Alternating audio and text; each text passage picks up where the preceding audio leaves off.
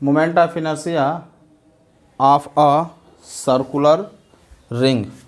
तो circular ring का moment of inertia हमें फाइंड करना है। तो सर्कुलर रिंग मतलब कि जैसे ये आपका रिंग हो, समझ में आ रहा है।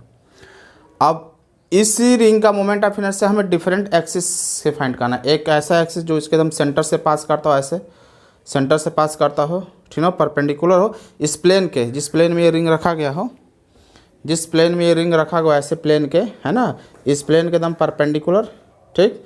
एक क्या होगा इस टेंजेंट के, ऐसा टेंजेंट जो इस प्लेन के परपेंडिकुलर हो ऐसे, एक ऐसा टेंजेंट जो इस प्लेन के पैरेलल हो, और इसके एक डायमीटर के अबाउट। तरह तरह से मोमेंट ऑफ इनर्शिया हम रिंग का क्या करेंगे, फाइंड करने की कोशिश करेंगे। तो सबसे पहले हम फाइंड करने की कोशिश करते हैं moment of inertia of ring ऐसे एक्सिस जो इसके सेंटर से जाए और इस प्लेन के क्या हो, परपेंडिकुलर। ऐसे है ना आपका ये रिंग, तो रिंग के परपेंडिकुलर हो और उसके सेंटर से जाए, ठीक ना। तो सबसे पहले हम क्या लिखेंगे, moment of inertia about an axis through the centre and perpendicular to the plane. तो लिखेंगे मोमेंट ऑफ इनर्शिया, मैंने कल आपको बताया था कि जब भी हम थ्योरम ऑफ पैरेलल और परपेंडिकुलर एक्सिस पढ़ रहे थे तो मैंने बताया था कि जब भी हम मोमेंट ऑफ इनर्शिया किसी चीज़ की फाइंड करने के लिए कहा जाएगा तो सबसे पहले तो हम ये देखेंगे कि हमें किस एक्सिस के अबाउट फाइंड करना है, क्योंकि रिंग में ही देख रहे हैं एक टेंजेंट जो प्लेन के परपेंडिकुलर बन जा रहा है, एक पैरेलल बन जा रहा है, डायमीटर के अलॉन्ग हो जा रहा है, इसके सेंटर से परपेंडिकुलर जा रहा है, तरह तरह से आपका मोमेंट ऑफ इनर्शिया निकल रहा है ना। तो किस एक्सिस के अबाउट हमें मोमेंट ऑफ इनर्शिया निकालना है ये मायने रखता है, क्योंकि हर एक्सिस से मोमेंट ऑफ इनर्शिया एक ही चीज़ का, रिंग ही का, इसके इस टेंजेंट के अलॉन्ग, बस है ना। अगर ऐसे टेंजेंट बनाए तो मोमेंट ऑफ इनर्शिया दूसरा हो जाएगा, टेंजेंट अगर ऐसे बनाए तो मोमेंट ऑफ इनर्शिया दूसरा हो जाएगा, सेंटर से पास करेगा तो मोमेंट ऑफ इनर्शिया क्या होगा, दूसरा हो जाएगा, डायमीटर के अलॉन्ग निकालेंगे तो मोमेंट ऑफ इनर्शिया क्या होगा, दूसरा हो जाएगा।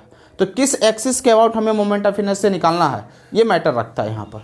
तो सबसे पहले हम क्या निकालेंगे, moment of inertia about an axis through centre, वो एक्सिस कहाँ से होना चाहिए, तो सेंटर से, and perpendicular to the plane. Plane पे क्या होना चाहिए, परपेंडिकुलर होना चाहिए, ठीक।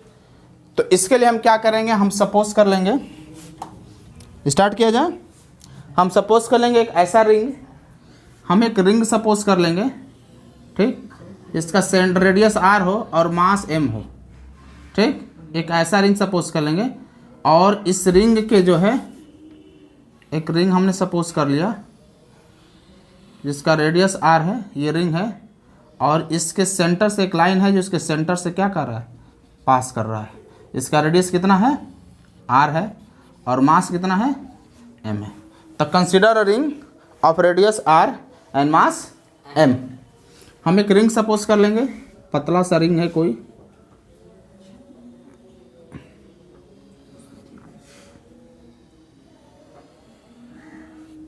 सपोज कर लिया, मास m है रिंग का और रेडियस r है। क्लियर हुआ। कंसीडर और रिंग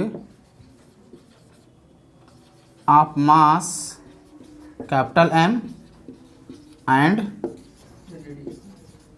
रेडियस कैपिटल R, ठीक।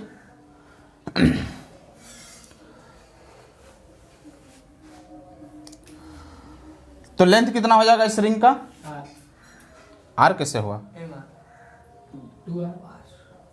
पूरे इसके सरकमफ्रेंस के बराबर इसका लेंथ होगा ना। लेंथ ऑफ द रिंग अगर हम निकालेंगे, जैसे कोई सर्किल हो तो सर्किल का लेंथ क्या होगा, जितना होगा सरकमफ्रेंस होगा उसका लेंथ होगा। तो यहाँ पर लेंथ क्या हो जाएगा, 2 पाई r, हाँ कैपिटल R। तो कहेंगे लेंथ ऑफ रिंग सरकमफ्रेंस के बराबर 2 पाई, कैपिटल R है तो कैपिटल R ले लेंगे, ठीक। अब निकालेंगे मास पर यूनिट लेंथ। मास पर यूनिट मतलब समझते हैं ना, एकदम एकांक छोटे से क्षेत्रफल, छोटा सा, अगर हम इसमें से छोटा सा अगर पार्ट ले लेते हैं तो उसका मास कितना होगा। तो पूरे लेंथ में टोटल मास से डिवाइड कर देते तो निकलता है मास पर यूनिट लेंथ। क्या होगा, लिखेंगे हाँ, मास पर यूनिट लेंथ क्या हो जाएगा, मास बाय में लेंथ, मतलब वही सरकमफ्रेंस जो हो जाएगा, हो ना। कभी भी मास पर यूनिट लेंथ निकालना हो रिंग का तो हम टोटल मास में से क्या करेंगे, टोटल लेंथ से डिवाइड कर देंगे तो मास पर यूनिट लेंथ निकल जाएगा। तो टोटल मास कितना हो जाएगा m और लेंथ कितना हो जाएगा 2 पाई r। हमें इस पूरे रिंग का इस एक्सिस, कौन सा एक्सिस है, x और y, x y के अबाउट हमें मोमेंट ऑफ इनर्शिया निकालना है, ठीक ना।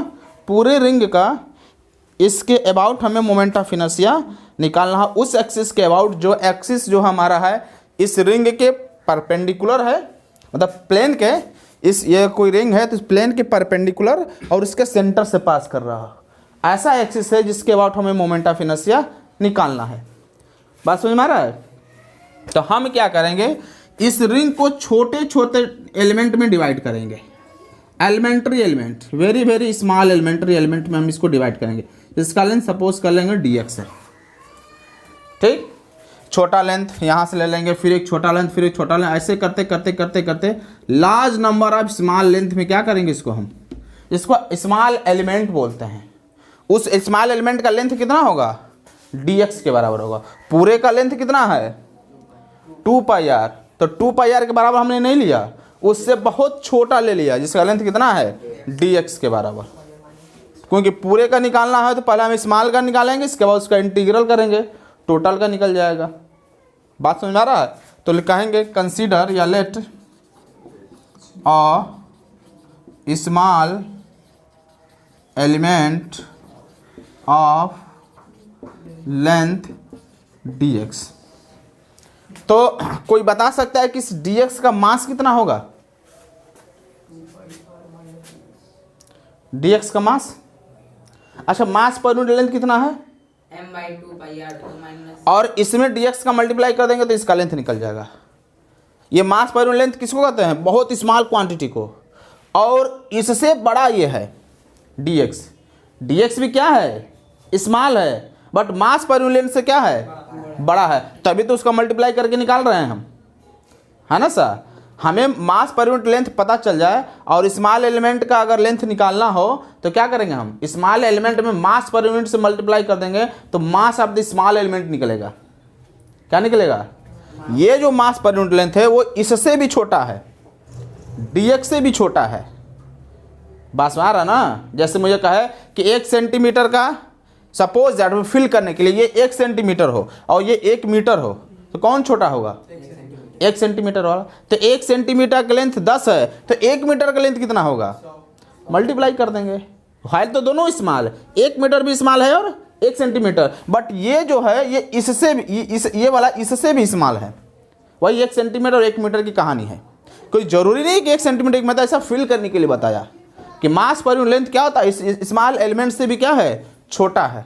तो इसीलिए तो इसको हम इसमें मल्टीप्लाई करके टोटल मास निकाल, मतलब इस एलिमेंट का मास निकाल रहे हैं। इस एलिमेंट में अभी मास पर यूनिट लेंथ निकल जाएगा। अभी कुछ क्लियर हो रहा है मैं क्या कह रहा हूँ, क्यों। तो क्या हो जाएगा, mass of the element, mass of element m 2 pi r dx हो जाएगा। अब अगर मुझे मास पता हो और एक्सिस से डिस्टेंस पता, हाँ हाँ dx लेंथ है, इस स्मॉल एलिमेंट का लेंथ है dx, ठीक ना। जैसे मान लीजिए कि हमने 1 सेंटीमीटर लाइन ले लिया, इसका जो है 1 सेंटीमीटर मैंने लाइन इतना छोटा ले लिया, ठीक ना। इसका मास है m/2 पाई r और इसमें 1 सेंटीमीटर को 5 भाग में बांटा गया है। कितने भाग, 1 2 3 4 5 भाग में बांटा गया है।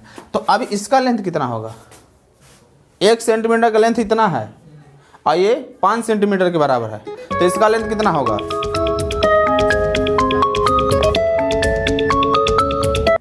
ठीक। कोई बता सकता है, मैंने ऐसे फिल करने के लिए बताया कि मास पर यूनिट लेंथ क्या है 1 सेंटीमीटर के बराबर है, हमें 5 सेंटीमीटर का लेंथ निकालना है।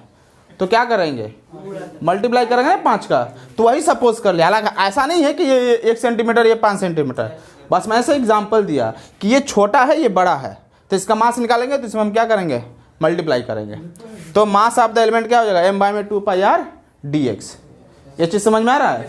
अब हमें मास पता चल गया, इसका डिस्टेंस पता चल गया एक्सिस ऑफ रोटेशन से, तो क्या हम मोमेंट ऑफ इनर्शिया नहीं निकालेंगे, मास इंटू डिस्टेंस का हाँ एक्स स्क्वायर हो जाएगा। तो moment of inertia of the small element क्या लिखेंगे, moment of inertia of small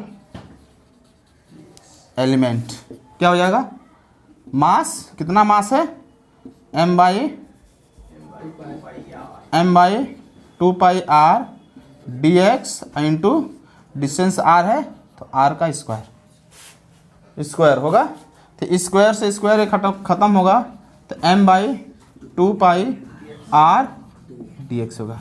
अभी हमारा मोमेंट ऑफ इनर्शिया किसका निकला है, सिर्फ स्मॉल एलिमेंट का निकला है। हमें फाइंड करना है पूरे रिंग का, हमें इसका नहीं फाइंड करना है, हमें फाइंड किसका करना है, पूरे रिंग का। तो अब क्या करेंगे, इसका हम इंटीग्रल करेंगे। तो इंटीग्रल करेंगे तो कहाँ से कहाँ तक करेंगे, देखिए x की वैल्यू x इक्वल टू, जब एकदम स्टार्टिंग से शुरू करेंगे, यहाँ से मेजरमेंट स्टार्ट करेंगे तो पहले तो मैं मान के चलेंगे कि यहाँ पर 0 होगा, बढ़ते बढ़ते बढ़ते बढ़ते मेजरमेंट करते करते करते करते करते करते करते मेजरमेंट करते पूरा यहाँ तक आएंगे तो बोलेंगे 2πr के बराबर हो गया।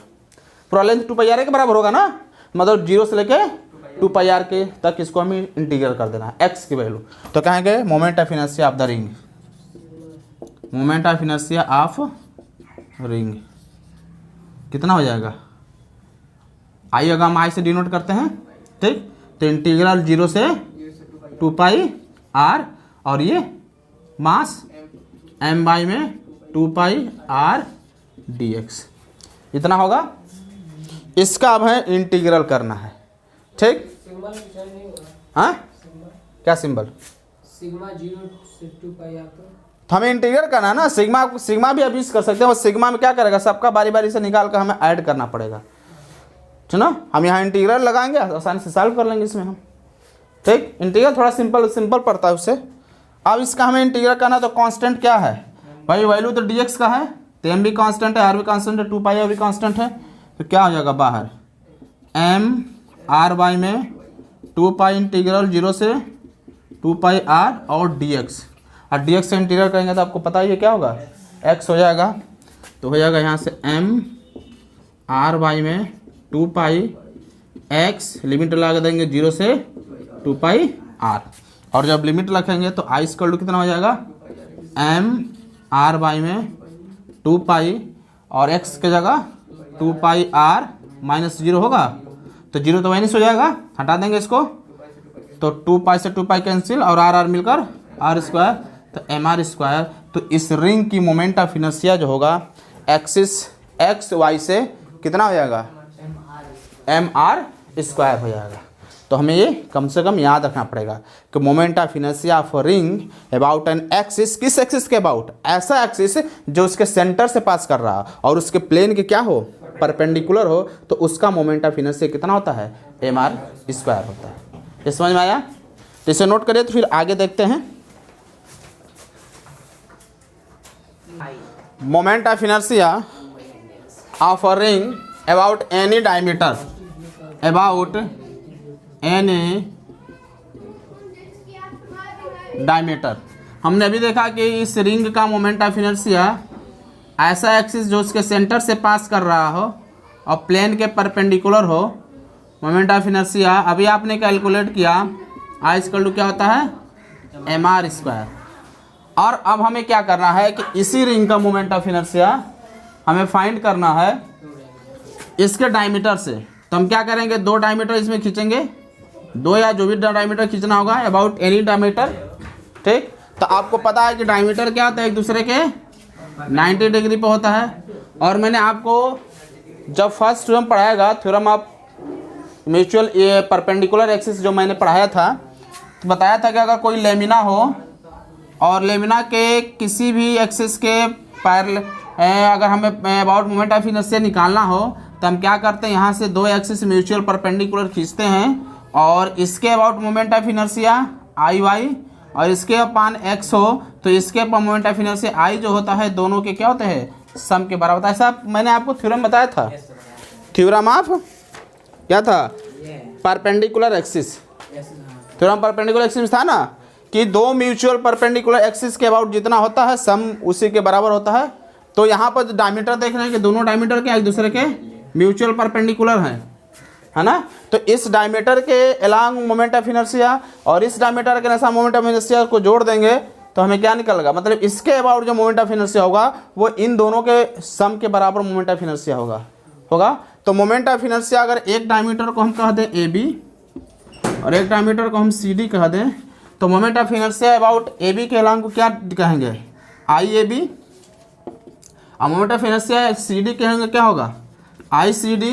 इन दोनों का सम किसके बराबर होगा, जो इसके अलोंग मोमेंट ऑफ इनर्शिया होगा, है ना। तो इसके अलोंग मोमेंट ऑफ इनर्शिया कितना है, एम आर स्क्वायर है, तो एम आर स्क्वायर के बराबर होगा। ये बात समझ में आ रहा है। कौन सा इसमें थ्योरम लगा है, परपेंडिकुलर थ्योरम। परपेंडिकुलर क्या कहता है कि हमें फाइंड करना है डायमीटर के अलोंग मोमेंट ऑफ इनर्शिया, दो एक दूसरे के म्यूचुअल हो तो इन दोनों का सम क्या होता है, इसी के बराबर होता है ना। हमें तो हमें डायमीटर के अलोंग तो नहीं पता है, बट हमें इस एक्सिस के अलोंग पता है जो सेंटर से पास कर रहा है, तो हम डायमीटर को ऐड करेंगे तो उसी के बराबर आएगा ना। तो मैंने इस डायमीटर के अलोंग निकाला, इस डायमीटर के अलोंग निकाला और इसके बराबर होता है, तो मैंने बोल दिया थ्योरम ऑफ परपेंडिकुलर एक्सिस के आधार पर एम आर स्क्वायर के बराबर होगा। बात समझ में आ रहा है। अब चूंकि डायमीटर है तो सर्किल का डायमीटर तो सेम ही होता है, तो दोनों का मोमेंट ऑफ इनर्शिया क्या होगा, इसका भी वही होगा, इसका भी वही होगा। तो इसको हम कह दें आई डी, इसको भी कह दें आई डी, तो एम आर स्क्वायर के बराबर होगा। तो 2 आई डी स्क्वायर क्या हो जाएगा, एम आर स्क्वायर, तो आई डी स्क्वायर क्या हो जाएगा 1/2 एम आर स्क्वायर। तो किसी भी रिंग का उसके डायमीटर के अबाउट मोमेंटम से कितना होता है, डायमीटर के along moment of inertia half M R square के बराबर होता है। कोई भी डायमीटर ले लेते हैं तो उसके अबाउट मोमेंट ऑफ इनर्शिया कितना हो जाएगा, एम आर स्क्वायर के बराबर। कैसे आया पता चला, कौन सा इसमें थ्योरम लगा, परपेंडिकुलर एक्सिस का यूज करके हमने फाइंड कर लिया कि डायमीटर के अलोंग मोमेंट ऑफ इनर्शिया कितना होगा। Moment of inertia about of ring about tangent to its plane, इस प्लेन पर टेंजेंट है, मतलब ये कोई रिंग है, ठीक ना, और इसका ये डायमीटर है, और यहाँ पर मैंने इस प्लेन के परपेंडिकुलर मतलब प्लेन से एक टेंजेंट खींच दिया। जैसे सपोज दैट ये रिंग है, ठीक ना, और ऐसे मैंने खींच दिया, ये डायमीटर हुआ और ऐसे एक टेंजेंट खींच दिया, तो दोनों एक दूसरे के क्या हो जाएंगे, पैरेलल हो जाएंगे ना। आपके परपेंडिकुलर तो होंगे नहीं, ये डायमीटर इधर की तरफ है, उसी के पैरेलल एक टेंजेंट मैंने इधर से खींच दिया, तो दोनों पैरेलल हो जाएंगे। तो यहाँ पर कौन सा थ्योरम लगाएंगे, पैरेलल एक्सिस वाला। तो पैरेलल एक्सिस वाला क्या कहता है आपको, मैंने आपको बताया था कि ये है। तो पहले तो हम मान लीजिए हमें इस एक्सिस के अबाउट निकालना हो तो पहले एक सेंटर ऑफ मास से हम निकाले थे, ठीक ना। मोमेंट ऑफ इनर्शिया क्या था, आई सी एम, और उसका मास और इसके बीच के डिस्टेंस क्या होता है, एम डी स्क्वायर के बराबर होता है, यही होता है ना आपका। तो अब इस रिंग का पहले सेंटर ऑफ मास से निकालेंगे। तो सेंटर ऑफ मास क्या है, डायमीटर है, डायमीटर के अबाउट आपको पता है क्या, अभी निकालें आप हाफ एम बी स्क्वायर। इस मान लीजिए यहाँ से लेकर यहाँ का डिस्टेंस क्या होगा, रेडियस के बराबर ही होगा ना। तो मोमेंट ऑफ इनर्शिया यहाँ से निकालेंगे तो क्या हो जाएगा, पहले इस एक्सिस के अबाउट निकालेंगे जो सेंटर से पास कर रहा हो, सेंटर ऑफ मास से जा रहा हो। तो सेंटर ऑफ मास से क्या जा रहा है, डायमीटर ही जाना है ना आपका। तो डायमीटर का मोमेंट ऑफ इनर्शिया क्या है आपका, हाफ एम आर स्क्वायर, और इसका क्या होगा, मास, पूरे रिंग का मास, और इस दोनों के बीच का डिस्टेंस, यहाँ पर दोनों के बीच का डिस्टेंस डी लिया गया है, उसी तरह इन दोनों के बीच का डिस्टेंस आर हो जाएगा। तो इस रिंग का मास क्या हो जाएगा, एम, भाई मास यहाँ एम है तभी तो हमने एम यूज किया है, तो यहाँ भी मास एम हो जाएगा। तो एम और डिस्टेंस कितना आर, तो आर स्क्वायर हो जाएगा। ठीक, इसको सॉल्व कर देंगे, आई स्क्वायर टू कितना हो जाएगा, एम आर स्क्वायर प्लस हो जाएगा 2m आर स्क्वायर बाई में 2 होगा। तो आई स्क्वायर क्या हो जाएगा, 3/2 एम आर स्क्वायर। ये सारी मोमेंट ऑफ इनर्शिया एकदम आपको याद होना चाहिए, नहीं भी याद तो कोई जरूरी नहीं है, बट कोई पूछे तो आपको पता होना चाहिए कि डायमीटर के अलांग कितना होगा, इसके अलांग कितना होगा। तो I square to 3/2 M R square. ये किसके है, ऐसा टेंजेंट जो उस प्लेन के पैरेलल हो, है ना, उसके अबाउट मोमेंट ऑफ इनर्शिया। आपका